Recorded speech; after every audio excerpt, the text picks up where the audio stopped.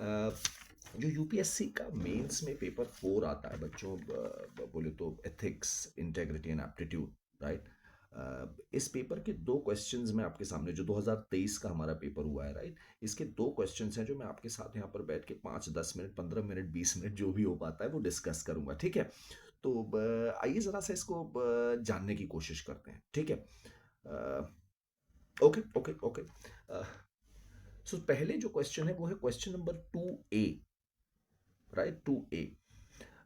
ये कह रहा है कि ये भ्रष्टाचार से संबंधित है, ठीक है। तो ये कह रहा है कि भ्रष्टाचार जो करप्शन है, this is the manifestation of the failure of core values in the society. Hindi में अगर इसको समझने की कोशिश करें तो कुछ ऐसा कहना चाह रहे हैं कि जो भ्रष्टाचार है ये इस बात का सबूत है कि हमारे समाज के बुनियादी मूल्यों में कोई कमी है, कोर वैल्यूज जो हैं इनमें कोई कमी है।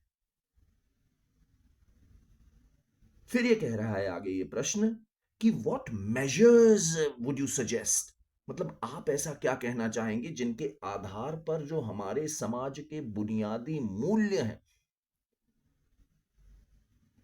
जिनमें कुछ कमी है तभी भ्रष्टाचार है, राइट।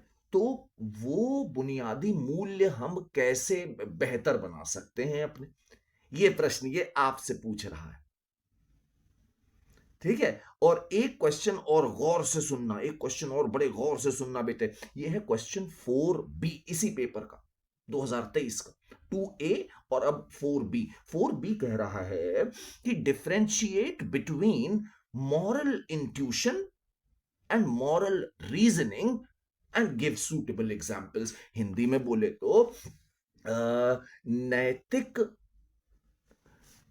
अंतर्ज्ञान, इंट्यूशन बोले तो अंतर्ज्ञान, राइट। सो नैतिक अंतर्ज्ञान और नैतिक तर्क शक्ति, moral intuition and moral reasoning, इनमें क्या अंतर है, उदाहरण के साथ समझाइए।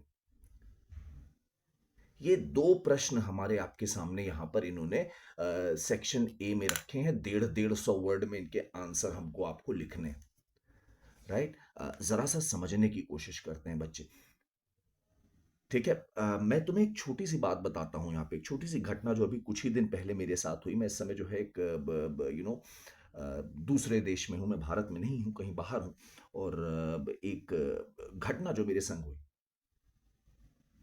वो मैं तुम्हें समझाने की यहाँ पे कोशिश करूंगा। देखो बेटा, एथिक्स को जितना ज्यादा अपने जीवन से जोड़ लोगे उतना अच्छा उत्तर लिख के आओगे और उतने अच्छे और काबिल अधिकारी बन के नजर आओगे, मुझको भी और अपने आप को भी। तो फिर से मेरी बात जरा सुनना, मैं तुम्हें कह रहा हूं कि मैं यहाँ पे एक दूसरे कल्चर में खड़ा हुआ हूँ इस समय किस्मत से, राइट। और यहाँ पर देखो, दूसरे कल्चर को देखने से आप अपने कल्चर को भी और बेहतर महसूस कर पाते हैं थोड़ा सा। तो मैं तुम्हें यहाँ ये कहना चाह रहा हूँ कि हुआ क्या अभी कुछ दिन पहले कि मैं एक बस से आ रहा था, ठीक है। और बस का लास्ट स्टॉप था जहां पे मुझे भी उतरना था। मेरे साथ साथ एक और, सामने ही एक और इंसान चल रहा था। हम और वो करीब करीब आखिरी थे जो बस से उतर रहे थे, ठीक है। इतनी देर में हम दोनों की नजर तकरीबन साथ साथ एक बटुए पर पड़ी, एक वॉलेट पर पड़ी। वो वॉलेट वहीं जमीन पर गिरा हुआ था, राइट। मैंने उसको देखा, उसने मुझे देखा, हम दोनों ने देखा कि आई आई मैं भाषा तो जानता नहीं था, तो बस मैंने ऐसे करके आई जस्ट कि ये मेरा नहीं है, I don't know about this one, right. तो उस बंदे ने उस वॉलेट को उठाया, राइट। और उसके बाद जो उसने किया उसकी मुझे अपेक्षा नहीं थी, राइट। मैं नॉर्थ इंडिया से आ रहा हूँ, मैंने जिस तरह का समाज देखा है, तो देखो वही समाज के बुनियादी मूल्य, राइट। तो देखो इस इंसान ने, जानते हो ना, जैसे मतलब मेरे अंदर जो एक वो आता, अंडरस्टैंडिंग आती कि यार एक काम करते हैं कि चलो इसको लॉस्ट एंड फाउंड में देते हैं, ड्राइवर से या कंडक्टर से पूछते हैं कि ये किसका वॉलेट। इस बंदे ने, he was like what 25 may be, young person, a young fellow, right. वो बस के गेट पर गया, उसने वॉलेट हाथ में उठाया और बड़ी तेज आवाज में चिल्लाया अपनी भाषा में कि ये किसका है,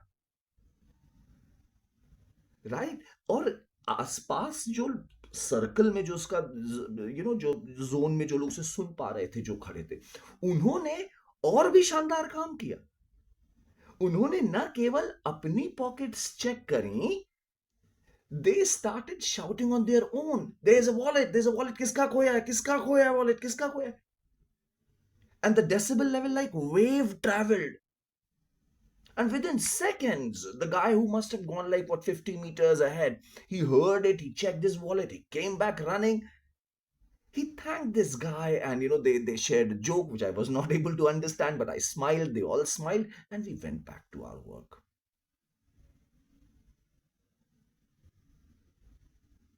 Right? Mm. और इस इंसिडेंट ने this incident really really showed me कि सोसाइटीज आर वास्टली डिफरेंट. जैसे हमारे समाज में कई अच्छाइयां हैं, कई बुराइयां हैं, वैसे ही इनके समाज में भी कई अच्छाइयां हैं, कई बुराइयां हैं, कुछ बुनियादी मूल्य हैं, कुछ कोर वैल्यूज हैं. हमें अपने समाज की पहचाननी है, इनके समाज की पहचाननी है. जो अच्छी लगे इनसे सीखनी है, जो अपनी कमी लगे उसे हटानी है. इनको भी वही काम करना है. जो ये काम लगातार निरंतर करता रहेगा वो जरूर आगे बढ़ेगा. राइट? तो कोर वैल्यूज जो हैं समाज के, वो कहीं ना कहीं पर अगर हमारे वहां करप्शन है, जैसा कि हम मानते हैं कि हमारे वहां भ्रष्टाचार है, और है यार, इसको मतलब तुम भी जानते हो, मैं भी जानता हूं. तो ये भ्रष्टाचार जो है ये कहीं ना कहीं कुछ बुनियादी मूल्य जो है उनकी फेलियर. हमारे समाज के जो बुनियादी मूल्य, जो कोर वैल्यूज हमको बचपन से सिखाई जा रही हैं घरों में. ये तो देखो, यही तो अपना सिलेबस है ना. यूपीएससी कहता है role of family, role of educational institutions. तो यही तो है ना जो हमें सोशलाइज करके हमें कोर वैल्यू सिखाते हैं. और इन कोर वैल्यूज के आधार पर हम बहुत सारा जीवन अपना जीते हैं. ठीक है? तो ये जो 2A वाला क्वेश्चन है, ये बात कर रहा है इस तरह से कि कैसे हम अपने कोर वैल्यूज को, आप क्या सजेस्ट मेजर्स करेंगे इसके बारे में आप खुद विचार करिएगा. बेटा देखो, मैं इन प्रश्नों का उत्तर तुम्हें नहीं बता सकता, मैं इनका डिस्कशन कर सकता हूं. मैं तुम्हें इनकी वो समझा सकता हूं पहलू कि देखो ये एक समझ है मेरी, एक दो लोगों ने ऐसा कहा है, वो भी सुन सकते हो. इसके आगे मतलब मैं अगर तुम कहो कि इसका एक आंसर मैं तुम्हें लिखवा दूं कि ऐसा 150 वर्ड्स का हो सकता है, नहीं. You have to give your own examples. अपने जीवन से चीजों को जोड़ के देखो जो किताब में पढ़ रहे हो. यही शायद हमें सीखना है कि जो किताब में है उसको बाहर भी देखना है और उसे अप्लाई करना है थोड़ा सा शायद. राइट? अच्छा, अब जरा सा बात करते हैं जो दूसरा 4B वाला क्वेश्चन था. ठीक है? नैतिक अंतर्ज्ञान और नैतिक तर्क शक्ति, इनके बीच में क्या अंतर है? मतलब बोले तो ये कहना चाह रहे हैं कि मॉरल इंट्यूशनिज्म और मॉरल रीजनिंग क्या. देखो, मॉरल इंट्यूशनिज्म जो होती है ना बेटा, अंतर्ज्ञान, ये आपको एक तरह से जैसे बहुत ही इमीडिएट, राइट, इमीडिएट अगर कोई चीज आपको एहसास होती है तुरंत ही, जिसके बारे में आप कोई तर्क या आर्ग्यूमेंट नहीं दे रहे हैं, आप बस वैसा मान रहे हैं कि हाँ ये है. और देखो यहां पे क्योंकि मॉरल वर्ड आ रहा है, एक तो इंट्यूशन वैसे रैंडम भी होता है, वैसे ही रीजनिंग भी एक रैंडम होती है. तुम एक पहेली को सॉल्व करने के लिए भी अपनी तर्क शक्ति, रीजनिंग का इस्तेमाल करते हो. और इंट्यूशन तुम्हें ये भी कुछ भी हो सकता है कि ये कोई फल आदमी अच्छा है या बुरा है, जरूरी नहीं कि उसमें मॉरल एक सेंस हो इंट्यूशन में भी. बट द पॉइंट इज, अब यहाँ पे उन्होंने मोरालिटी लगा दी है तो ये कहीं पर ये कह रहे हैं कि अब यहाँ पे एक वैल्यू जजमेंट एसोसिएटेड है. ठीक है? अब जरा ये सोचो कि अगर मैं अपना उदाहरण तुमको दूं, ठीक है, तो जैसे एक चीज जो मुझको बचपन से शायद एक चीज कोर वैल्यू के तौर पर मुझे जो सिखाई गई वो ये कि भाई यू शुड नॉट किल. किसी की हत्या नहीं कर सकते हैं आप, किसी को मार नहीं सकते हैं, किसी जीव को आप मार नहीं सकते हैं ऐसे बिना मतलब. और humans of course you can not. Right? So this is one of the core values. ये हमारे मेरे जीवन का ये एक इंट्यूटिव वो है. अगर कहीं पर भी मेरे जीवन में एक डायलमा आएगा जहां पे होगा टू मर्डर और not to murder, to kill और not to kill, I will choose not to kill. This is moral intuitionism. ये मुझे अंतर्ज्ञान हो जाता है कि ये तो गलत है. अच्छा, अब कमाल की बात समझो, ये अंतर्ज्ञान क्यों होता है? इसकी भी दो तीन वजह हैं. और सबसे बड़ी वजह जो है वो ये है कि भाई आपको जो कल्चरली सोशली सिखाया गया है, एक तो भाई आपकी अपनी इनेट यूनिक पर्सनालिटी है, सोच है, नोबडी कैन डिनाई इट। लेकिन जो कल्चरली और सोशली सामाजिक तौर पे जो तुम्हें सिखाई गई है कोर वैल्यूज ना, वो भी इंट्यूशनिज्म का हिस्सा है। जैसे मैं तुम्हें उदाहरण देता हूं, ये जो मैंने अपनी कोर वैल्यू तुम्हें बताई ना, कि दाउ शैल नॉट, मतलब तुम्हें मारना नहीं है किसी को, अगर मैं देखूं तो कहीं ना कहीं ये मेरे अंदर कल्चरली या सोशली भी आ सकती है। मुझे हो सकता है सामाजिक तौर पे ये चीज सिखाई गई हो। What do I mean, let me elaborate. देखो, इमेजिन करो मैं थोड़ा इधर उधर पैदा हुआ होता, मतलब मैं उत्तर भारत की पैदाइश नहीं होता, मैं कहीं ऐसी ट्राइब में पैदा हुआ होता जहां पे ह्यूमन सैक्रिफाइस, हेड हंटिंग,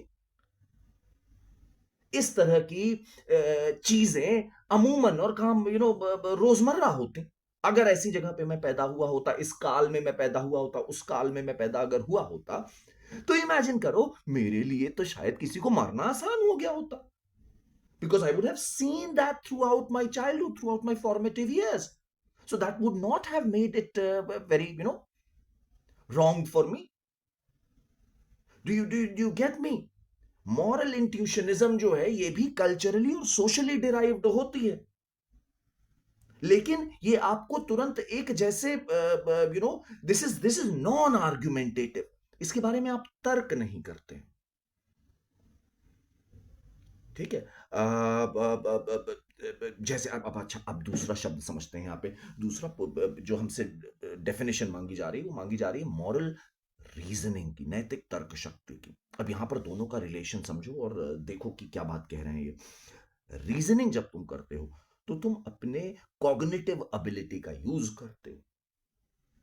तुम देखते हो कि कोई चीज सही है या कोई चीज गलत है, सोचते हो। जैसे मान लो तुमको कल को कोई रिश्वत दे रहा है, तुमको कोई एक बैग में भर के पैसा दे रहा है, तो अब तुम यहां पर, एक तो तुम्हारा इंट्यूटिव सेंस है जो कहेगा कि नहीं भाई ब्राइबरी गलत है, लेकिन जब अंदर की आकांक्षाएं, अंदर की लालसाएं हिलकोरे मारेंगी, तो वो इंट्यूशनिज्म, जब तुम आसपास देखोगे कि अरे यार लोग और भी तो कर रहे हैं, अरे देखो वो आया था उसने तो मुझसे बाद में जॉब में ज्वाइन किया, लेकिन देखो वो तो ये कर गया, मैं तो ये नहीं कर पा रहा हूं। अरे देखो उसका बच्चा तो ऐसा कर रहा है, अरे देखो उसने तो अपने पापा के लिए ये कर दिया, मैं तो नहीं कर पाया। तो जब हम ऐसी बात सोचेंगे तो बहुत जरूरी है कि तुम्हारे अंदर नैतिक तर्क शक्ति हो, तुम्हारे अंदर मॉरल रीजनिंग हो, so that you can reason it out कि क्यों तुम्हारा निर्णय सही है, क्यों रिश्वत लेना गलत है, क्यों किसी का मर्डर करना गलत है। अगर तुम्हारे अंदर वो मॉरल रीजनिंग की पावर नहीं है, तो इंट्यूशनिज्म से लिए हुए डिसीजंस से हो सकता है तुम कभी कभी बैकआउट भी कर जाओ। इसीलिए बहुत जरूरी है कि आप हर एक क्षण इस रीजनिंग का इस्तेमाल करते चलें। आपकी परीक्षा के लिए तो जरूरी है ही है, बट वो परीक्षा एक बहुत छोटी सी परीक्षा है बेटे, है ना, बहुत छोटी सी परीक्षा। तो अपने आप को अगर सर्वोत्तम बनाने की लड़ाई में आए हो आगे, तो ये छोटी छोटी परीक्षाओं को अपना माई मील का पत्थर मत बनाओ। राइट। तो moral intuition and moral reasoning, ये दो बातों का हम ध्यान रखेंगे, और इस पेपर की ब्यूटी को और अप्रिशिएट करने की कोशिश करेंगे, लिखने की कोशिश करेंगे इन बातों को। अपने अपने उदाहरण सोचो ऐसे, जहां पर तुमने खुद दिमाग से सोचना शुरू किया कुछ। राइट, राइट, ऐसे ऐसे उदाहरण सोचिए। मुझे क्या बताओगे? I am sure it's a very private personal matter, even if you don't want to share it, it's okay, but start writing it somewhere. एक अच्छी सी पर्सनल डायरी बनाओ, उसमें लिखो अपने हाथ से कुछ कुछ ऐसे उदाहरण जो तुम्हारे पास, they make your personality man. Okay, God bless you, see you around.